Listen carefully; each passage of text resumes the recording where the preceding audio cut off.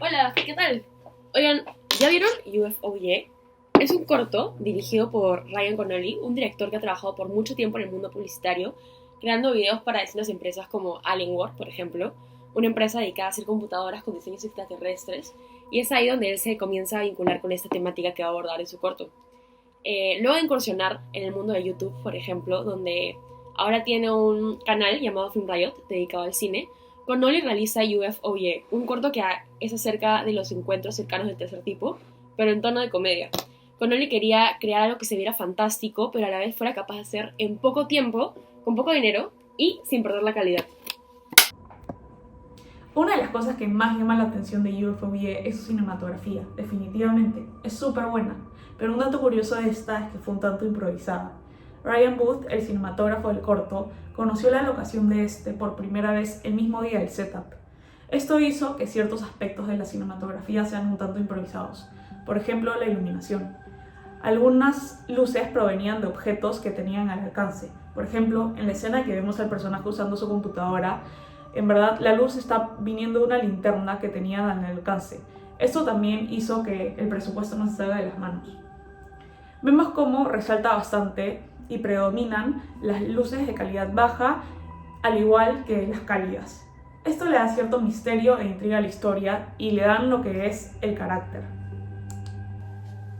Bueno, ahora que tenemos conocimiento con algunos puntos que tomó el director para poder inspirarse en hacer este corto, vamos a hablar sobre los detalles de la puesta en escena. Comenzando con la dominancia, la presencia del personaje es crucial, ya que así podemos conocer un poco sobre cómo es este en su personalidad en el corto, ya que al parecer pareciera como si fuera una persona un poco reservada o con pocos amigos. Por otro lado, el juego de la iluminación con la paleta de colores, que es bastante oscura o con colores neutros, hace que la situación se sienta un poco con tensión y misterio para poder saber qué es lo que continúe después. Así que sigamos analizando. Ahora hablemos sobre uno de los puntos más importantes que debemos analizar en cualquier proyecto audiovisual, que en estos casos son el uso de los planos. En este corto se han utilizado solamente 3. Primero los primerísimos planos o los primeros planos, que son más utilizados para poder conocer un poco sobre las expresiones faciales que tiene el personaje ante la situación que está viviendo. También los planos medios hacen un poco más de enfoque o un poco más de fuerza, por así decirlo, ya que podemos así conocer un poco ya más el ambiente del personaje en el que vive. Por ejemplo, los objetos que lo rodean o las decoraciones que tiene en su casa, para conocer un poco más sobre la obsesión que tiene sobre los alienígenas. Y también un plano general es utilizado en la escena final, en donde podemos conocer el contexto sobre la situación que vivió el personaje principal con los alienígenas. Cabe resaltar que el uso de los planos también es notorio en este corto, pero no tanto como fue el impacto de los planos, ¿no?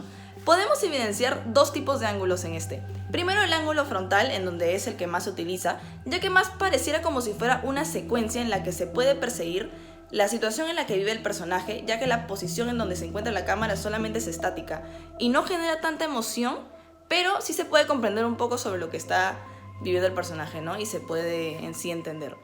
Pero hay algo súper chévere que se notó en la última escena sobre el ángulo picado que se puede notar en la posición que se encuentra la cámara, como si fuera la perspectiva de los alienígenas, mostrando así superioridad que tienen ellos ante el hombre, pero después se va a jugar un poco con el plot twist.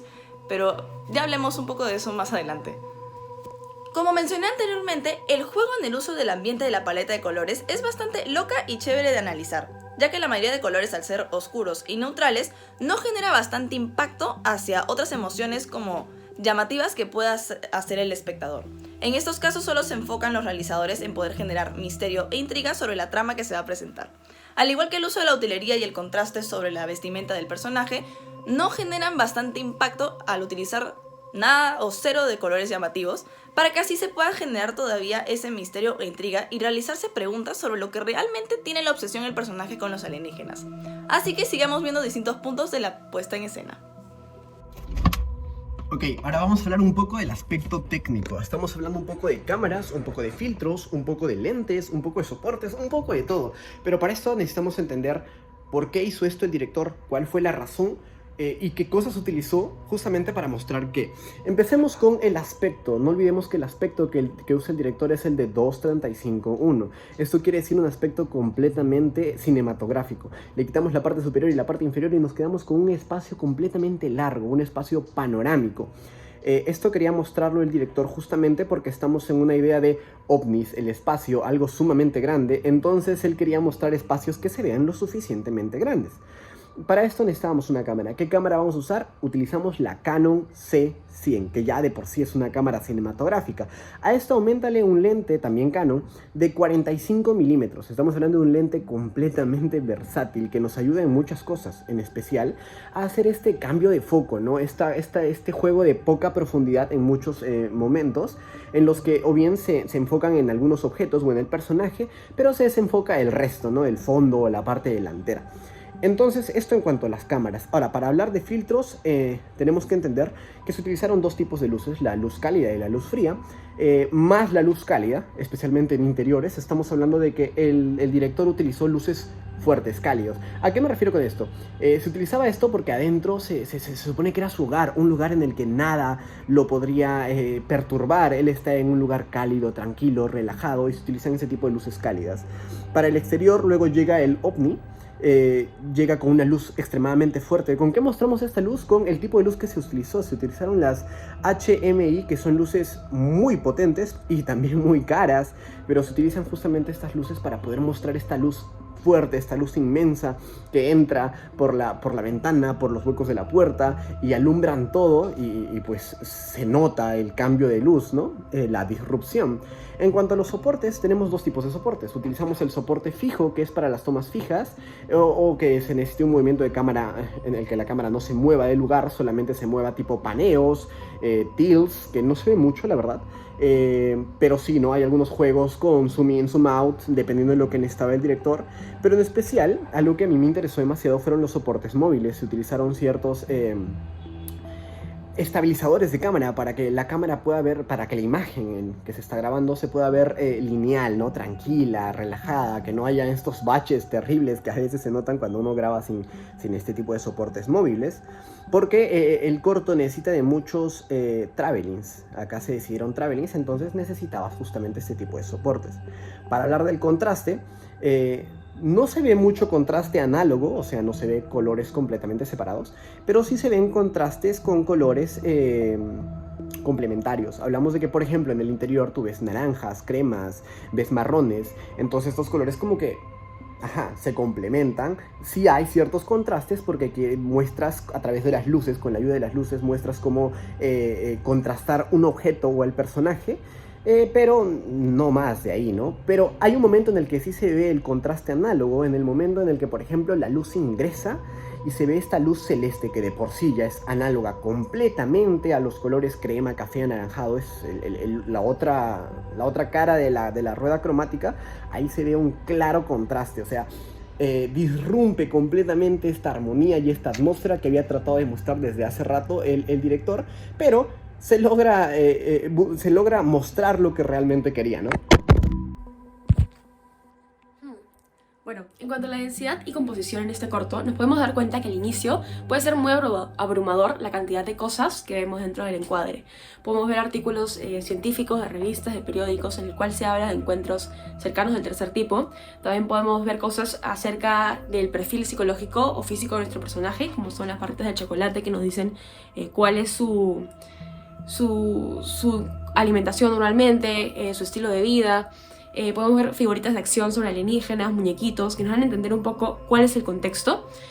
Pero debemos de recordar que el foco principal siempre va a ser el personaje. Y es por eso que se utiliza en ciertos casos el desenfoque de todos estos elementos ya mencionados, para simplemente observar y centrarnos en nuestro objetivo principal, que es el personaje. Ahora hablemos de la forma y el encuadre. Tanto la forma y el encuadre se mantienen libres durante todo el cortometraje.